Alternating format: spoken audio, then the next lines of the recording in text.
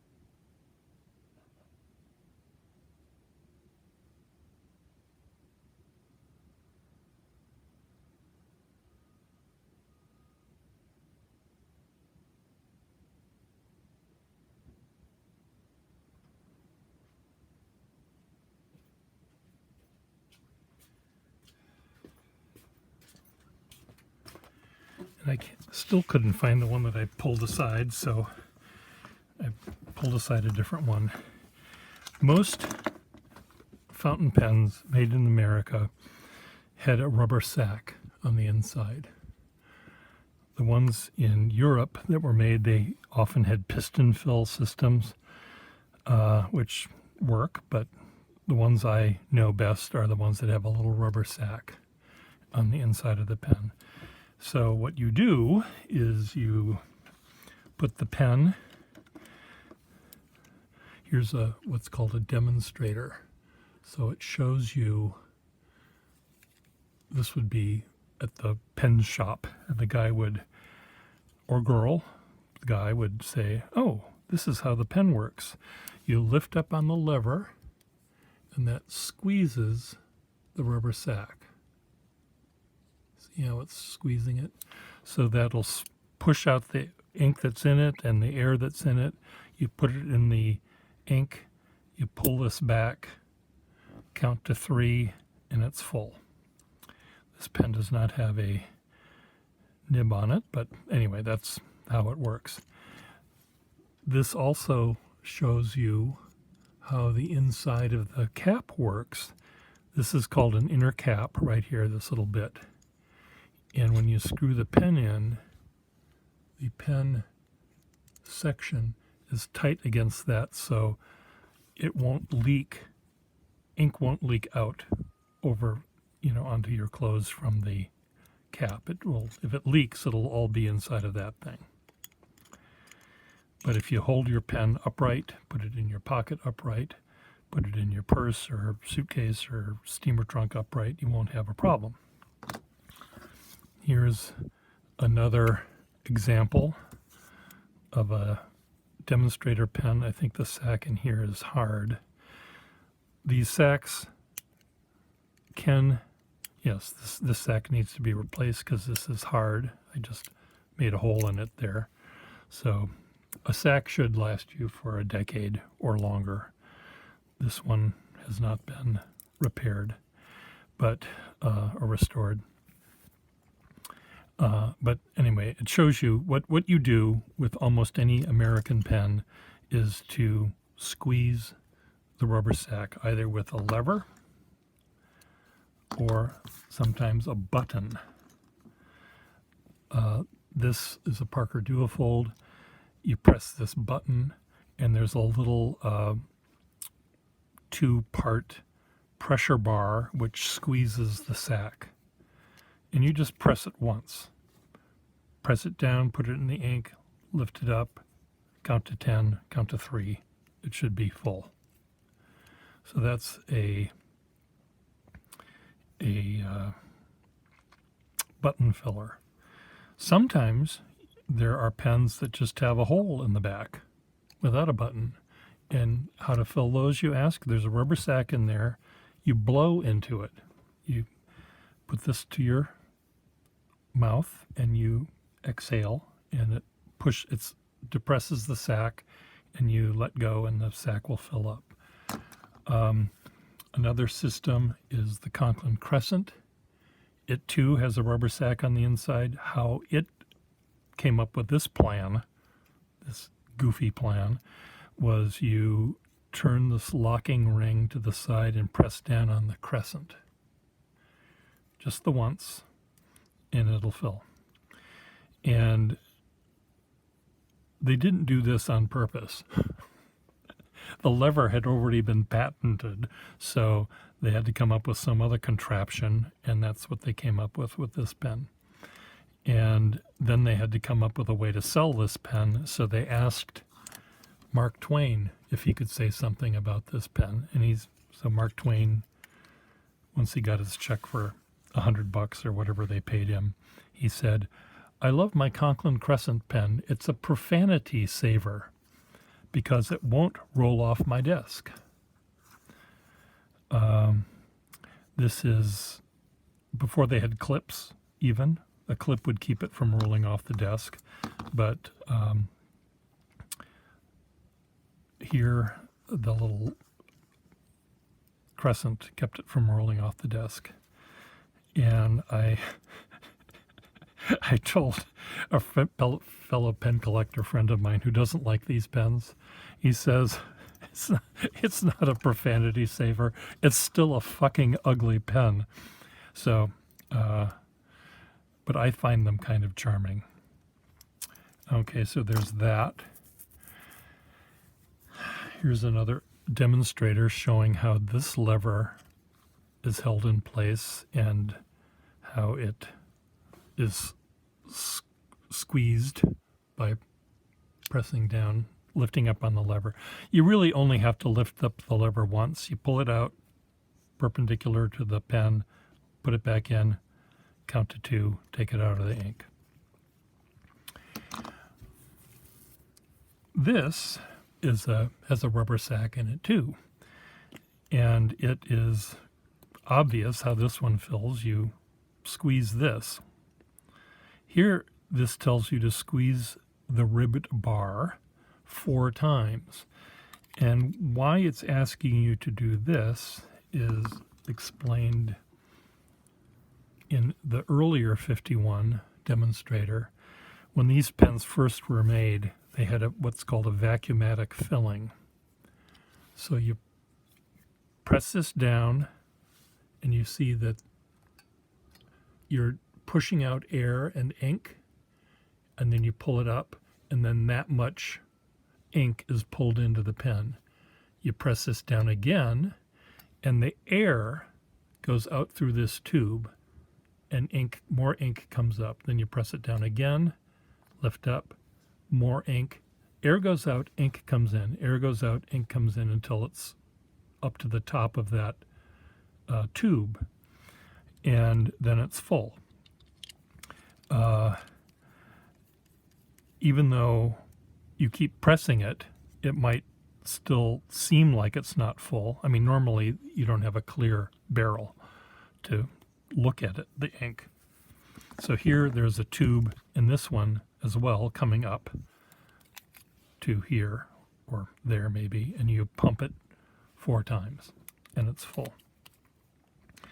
Now, the other thing about vintage pens that you need to know is in order for the pen to make that broad, flexible line, is there has to be really good ink flow. I'm just dipping it here. There has to be a lot of ink up at the bow. Now, the feed, the gap that the ink travels from the bladder or the barrel to the nib in vintage pens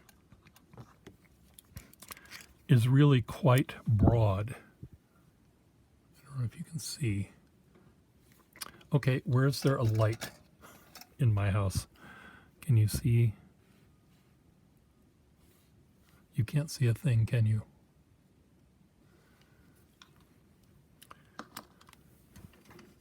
Try adding another light.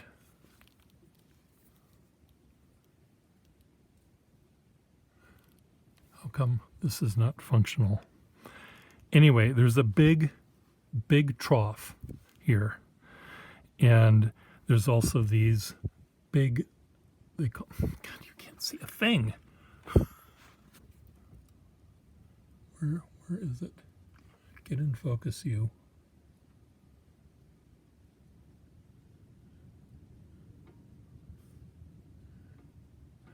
Anyway, there's a big trough going down and big reservoirs for the ink.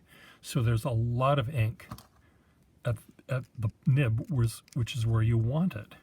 So if you're using a vintage fountain pen and it's full of ink,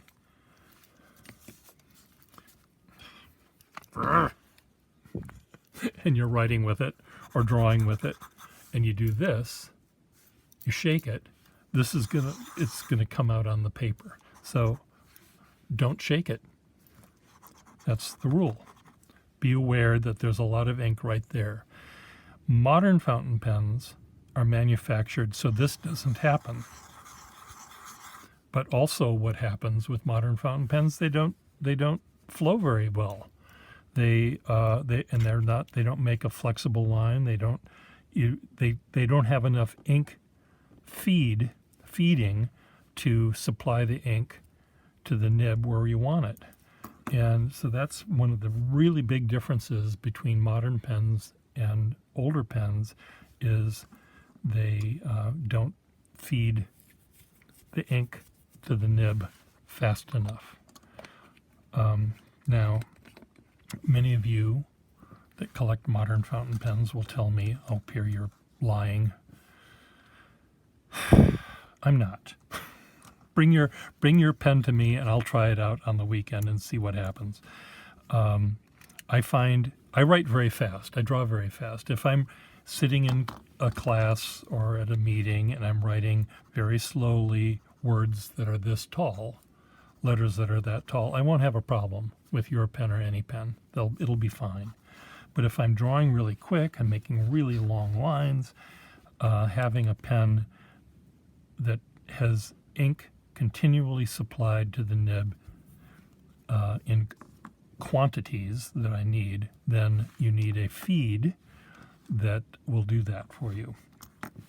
And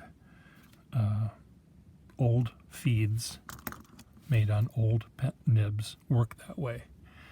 I was told by the people that owned Omas pens that if you bought an Omas pen in Europe, in Italy where they're made, they have a feed that supplies ink really well. If you buy them in America, they sold us the stingy feeds because people are afraid of spilling the ink. We've had decades of not using fountain pens in this country, and I think manufacturers feel they have to dumb them down to make sure that this doesn't happen. In Europe, where the fountain pen had been used more regularly through the decades of the ballpoint, I think they knew how to use a pen, so they didn't have to they didn't have to dumb them down. Now, there are modern pen manufacturers that will be scolding me for saying this about their pens, but for the most part, modern pens have a slow, stingy ink flow, but modern pens also generally don't have flexible nibs, so you don't need that ink flow. So they work perfectly fine. But if you want a lot of ink that'll make a line like that, you really need to make sure that the ink is going to be right there. So again, back to the import here. Most American-made pens that have a lever on the side or a button on the back will have a rubber sack on the inside. And these are generally easy to repair, not expensive to repair. Pens that have this kind of system, the piston with the diaphragm, these are more costly to repair because they don't make the parts anymore. So you have to hope that the part you have is fixable, and often they're not. The rubber sack is available, but the little thing that the rubber sack is stuck to is sometimes broken, and they don't make them anymore. When Parker would supply you with this whole part from the piston all the way down with all the threading, all the springs, everything, they would sell you a brand new one to fix an old pen. Now we have to use this old part, and to fix it, there's one part that can easily or might easily break when you're trying to fix it. So I would recommend buying a lever filling pen over one like this. I'm sure that there's other things I should be telling you, but I'm going to let you ask me in person, or you can always ask the dealer who's selling you the pen how it fills and whether they've repaired it or they know that it works. They're more than happy to tell you. There will be many pens at the pen show that have not been repaired. They might, because often a pen collector likes to do their own repairs, and they're more than happy to not buy a repaired pen because it's cheaper, and often they like to do it yourself. So, but for you guys that don't want to get into the pen repair business, I'm sure that people will let you know that they have been restored and repaired. Ink for fountain pens, I tend to like Waterman, Parker, Montblanc, Pelikan. Pens the inks that were made by pen companies are all going to work okay for you. Higgins ink, no. Dr. Martin's ink, no. some of these inks are too thick or have stuff in it that will bother you, so bother the pen. So I wouldn't use those. Inks that are mainly made for fountain pens will be not waterproof. So if you do a beautiful drawing and then want to do watercolor on top of the drawing, the ink will dissolve and smear. Sometimes that's really great. You can come up with really nice. Here's, I don't know when I scribbled this, but let me find a brush. Do I have water in this house? Of course I don't. Can I use pen repairman spit? Sure, why not? Here's a brush. I'm licking the thing here. And the ink will dissolve. Tasty. And if it's ink that is fresher, it'll dissolve faster. So sometimes it's great. You can have an ink wash drawing. Otherwise, you can use this ink, carbon platinum ink that is supposed to be waterproof as well as work in fountain pens. And what I should do is fill some of my pens up with this to try them out on the weekend.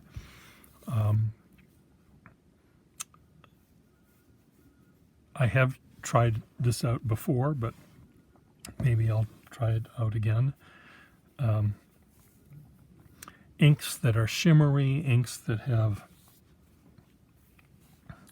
fluorescent qualities or whatever, I would avoid completely, though other people find it fine.